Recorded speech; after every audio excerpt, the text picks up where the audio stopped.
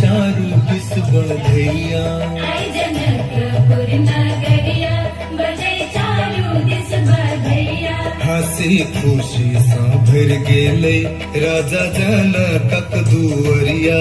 हंसी खुशी सा भर गेले राजा जनकक दुअरिया।